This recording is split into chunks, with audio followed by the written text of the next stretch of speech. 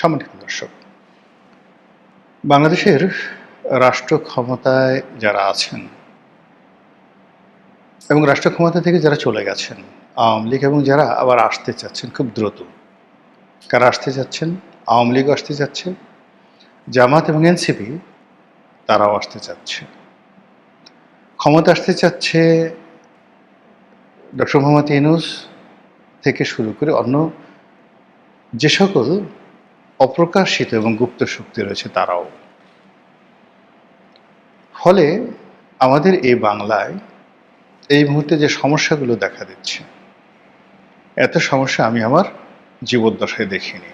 আর ইতিহাসের বইতে সুবে বাংলার যে সকল সমস্যার কথা নানা সময় পড়েছি, তো সেই সকল সমস্যা যদি একীভূত করা হয়, আমার কাছে মনে হয় 2026 সনের এই সময়টি, আজকে ঠিক পহেলা বৈশাখের একদিন আগে সোমবার দিন যখন এই অনুষ্ঠানটি ধারণ করছি, তখন মনে হচ্ছে যে আমাদের রাজনীতিকে ঘিরে, আমাদের ক্ষমতাকে, রাষ্ট্র ক্ষমতাকে কেন্দ্র করে যে সকল নয়েজ হয়, সুদূর বুদুর, চক্কর ভক্কর, যে সকল কথা আমরা আঞ্চলিক ভাষায় বলি, তা একেবারে সর্বোচ্চ পর্যায়ে খেলাধুলা চলছে। সংসদের বিরোধী দল জামাত এবং এনসিপি তারা স্পষ্টভাবেই এখন সরকারের দিকে আঙুল উঁচু করছে, বলার চেষ্টা করছে যে কথা দিয়ে আপনারা কথা রাখেননি। আবার এনসিপিরই অন্য একজন নেতা বেশ কয়েকদিন আগে তিনি একটা স্ট্যাটাস দিয়ে সরকারকে বলার চেষ্টা করছেন এবং বিরোধী দলকে আক্রমণ করে বলার চেষ্টা করছেন যে তাদের মধ্যে যে সমঝোতা হয়েছে, ক্ষমতার ভাগাভাগি এবং আসন ভাগাভাগি এবং একটি সমঝোতার নির্বাচন, সেই নির্বাচনে ছাত্রদেরকে, বিপ্লবীদেরকে এত সস্তা এবং এত কম মূল্যে বিক্রি করা হয়েছে, যার জন্য সেই ছাত্রনেতা তিনি বলছেন যে আমার আফসোস লাগছে, মায়া লাগছে ছাত্রদের জন্য। তো এরকম অসংখ্য ঘটনা আপনারা দেখতে পাবেন যে ঈদ শেষ হতে না হতেই, অর্থাৎ পবিত্র ঈদ উল ফিতর শেষ হতে না হতেই রাজনৈতিক যারা নেতৃবৃন্দ রয়েছেন তারা তাদের কথা এবং ভাষা পরিবর্তন করে ফেলেছেন। জামাত তাদের যে সকল প্রক্সি সংগঠন রয়েছে সেগুলো, এবং ছোট ছোট দলের বড় বড় নেতা, তারা অকথ্য, অশ্লীল, অশ্রাব্য ভাষায় বিএনপিকে আক্রমণ করছে এবং বিএনপির যে সকল শীর্ষ নেতা রয়েছেন, যেমন তারেক রহমান সাহেব আছেন, সালাউদ্দিন সাহেব আছেন, আমির খসরু মাহমুদ চৌধুরী সাহেব আছেন, তাদের ছেলের সন্তান, এবং আরও অনেক তাদের একান্ত ব্যক্তিগত যাদের সঙ্গে, নারী এবং পুরুষ যাদের সাথে সম্পর্ক রয়েছে, তাদেরকে খোঁটা দিয়ে নানা রকম কথাবার্তা বলা হচ্ছে। এর মধ্যে আইনমন্ত্রী এবং স্বরাষ্ট্রমন্ত্রী এই দুইজন বিরোধী দলের আক্রমণের একেবারে সর্বোচ্চ লক্ষ্যবস্তু। কতগুলো বিষয়, প্রকাশ্য যে বিষয়, সে বিষয়গুলো নিয়ে তাদের দ্বন্দ্ব সংঘাত হচ্ছে, যেমন জুলাই সনদ, সংস্কার প্রস্তাব ইত্যাদি। কিন্তু পর্দার আড়ালে যে বিষয়গুলো নিয়ে তাদের মধ্যে দ্বন্দ্ব এবং সংঘাত, সেটার মূল বিষয় ছিল যে তাদের ক্ষমতার ভাগাভাগির একটা সমঝোতা ছিল।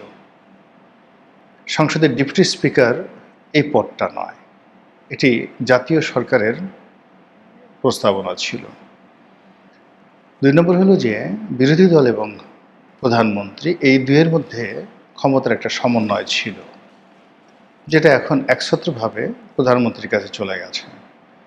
৩ নম্বর হলো যে ডক্টর মোহাম্মদ ইউনূস তাকে রাষ্ট্রপতি বানানো হবে, রাষ্ট্রপতির ক্ষমতা এখন যেভাবে আছে সেই ক্ষমতা বৃদ্ধি করা হবে, এবং প্রধানমন্ত্রী এখন যে ক্ষমতা রয়েছে সেই ক্ষমতা কমানো হবে। এই বিষয়গুলো ক্ষমতায় আসার সঙ্গে সঙ্গে বিএনপি বেমালুম ভুলে গিয়েছে, এবং এটা ভুলে যাওয়া স্বাভাবিক। এই বিষয়গুলো নিয়ে যখন তর্ক হচ্ছিল, বিতর্ক হচ্ছিল, আলোচনা হচ্ছিল, ঐক্যমত্য কমিশনের নানা রকম বৈঠক হচ্ছিল, খুব হাতে গোনা অল্প কয়েকজন মানুষ আমরা বলেছিলাম যে এগুলো বিএনপি মানবে না। বিএনপি শুধুমাত্র কালক্ষেপণ করার জন্যে বা যে কোনো মূল্যে নির্বাচনটি অনুষ্ঠানের জন্যে যতটুকু কৌশলী হওয়া দরকার, যতটুকু নেগোশিয়েবল পাওয়ার তাদের থাকা দরকার, ঠিক ততটুকুই তারা প্রদর্শন করেছে।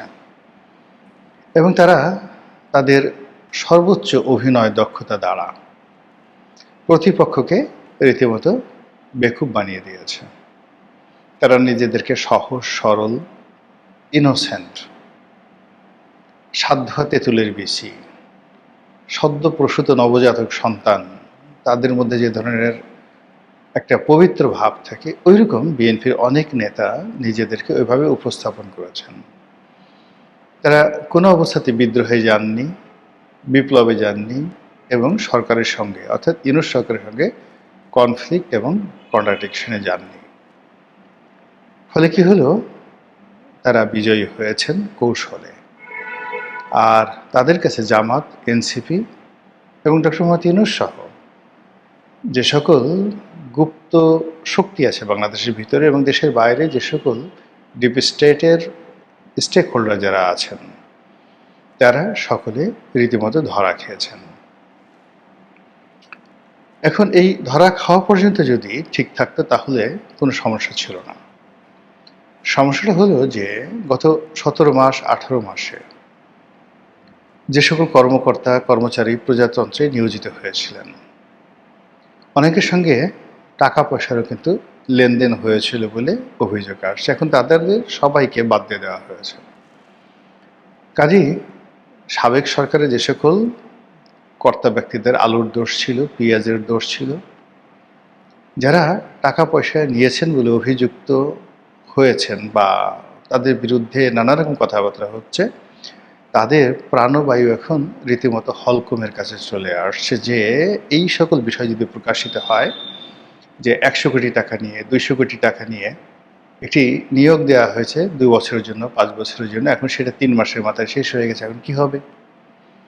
আর বড় বড় পদে যে নিয়োগগুলো দেওয়া হয়, সেই নিয়োগগুলো দেওয়ার ক্ষেত্রে বড় বড় ব্যবসায়ীরা জড়িত থাকে, কর্পোরেট হাউস জড়িত থাকে, বিদেশি সংস্থা জড়িত থাকে। আপনি ধরুন বাংলাদেশ ব্যাংকের গভর্নর কথাই ধরি, তো বাংলাদেশ ব্যাংকের গভর্নর পদে যদি আহসান এস মনসুর, আমি বলছি না, জাস্ট একটা যাকে বলা হয় আপনাদেরকে বোঝানোর জন্য, যে আহসান এস মনসুরকে যদি কোনো ব্যাংকিং গ্রুপ, ব্যবসায়ী গ্রুপ, কোনো পক্ষ তাকে নিয়োগ দিয়ে থাকে, সেই নিয়োগের পেছনে যদি একটা বিরাট লেনদেন থাকে,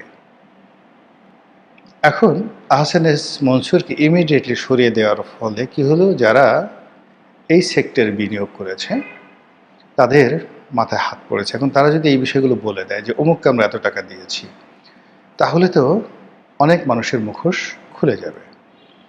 এবং এটা বাংলাদেশে খুব অহরহ হয়ে গেছে এই কারণে যে এই বিষয়গুলো আওয়ামী লীগ জমানাতে হতো। আমার এক বন্ধু হঠাৎ করে দেশের একটা সবচেয়ে বড় ব্যাংকের ম্যানেজিং ডিরেক্টর হয়ে গেলেন। তো তিনি আসলে অনেক দিন আগে একটা ছোট ব্যাংকের এমডি ছিলেন। তো তার টার্গেট ছিল যে মোটামুটি একটা ভালো ব্যাংকে যদি তিনি সরকারি ব্যাংকে এমডি হতে পারেন, এতেই তিনি হ্যাপি। কিন্তু হয়ে গেলেন অহলনা ছাড়েন বাংলাদেশের সবচেয়ে বড় ব্যাংকের এমডি। তো আমি আমার সেই বন্ধু, তার আর একজন ঘনিষ্ঠ বন্ধু, তার কাছে জিজ্ঞাসা করলাম ব্যাপারটা কি, কিভাবে হলো। তখন সেই যে এমডি নিয়োগের জন্য ব্যাংকিং সেক্টরে আওয়ামী লীগ জমানাতে যে সিন্ডিকেটটা ছিল, এবং সেই সিন্ডিকেটে বিভিন্ন ক্ষমতাধর ব্যক্তির আত্মীয় স্বজন, ছেলে মেয়ে, তারা যে জড়িত ছিল, এবং এই ব্যাংকের একটা এমডি পদে নিয়োগের জন্য কি পরিমাণ টাকা সেখানে ঘুষ লেনদেন হয়েছে, এগুলো বললে আপনাদের মাথা খারাপ হয়ে যাবে।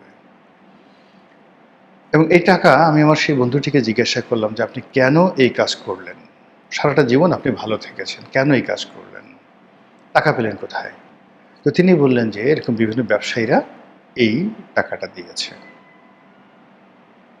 এরকম অবস্থা যদি একটা কমার্শিয়াল ব্যাংকের ক্ষেত্রে হয়, সরকারি, তাহলে বাংলাদেশ ব্যাংকের ক্ষেত্রে কি হতে পারে? ইসলামী ব্যাংকের ক্ষেত্রে যদি কোনো ডিল হয়ে থাকে, কিংবা ধরুন এসালামের যে ব্যাংকগুলো, 4টি ব্যাংক এবং প্লাস এক্সিম ব্যাংক, এই 5টি ব্যাংক মিলিয়ে যে সম্মিলিত ইসলামী ব্যাংক করা হলো, এখানে কত টাকা ডিল হয়েছে,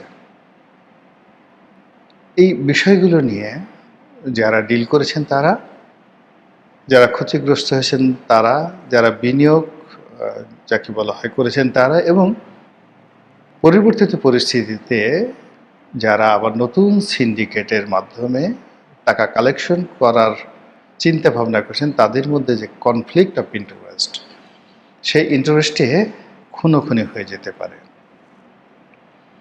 আমাদের দেশে নারী নিয়ে, ক্ষমতা নিয়ে এবং অর্থ নিয়ে বেশিরভাগ মামলা মোকদ্দমা হয়, এবং আন্ডারওয়ার্ল্ডের যে মারামারি কাটাকাটি খুনোখুনি যা কিছু হয় সবই কিন্তু এই অর্থ সংক্রান্ত।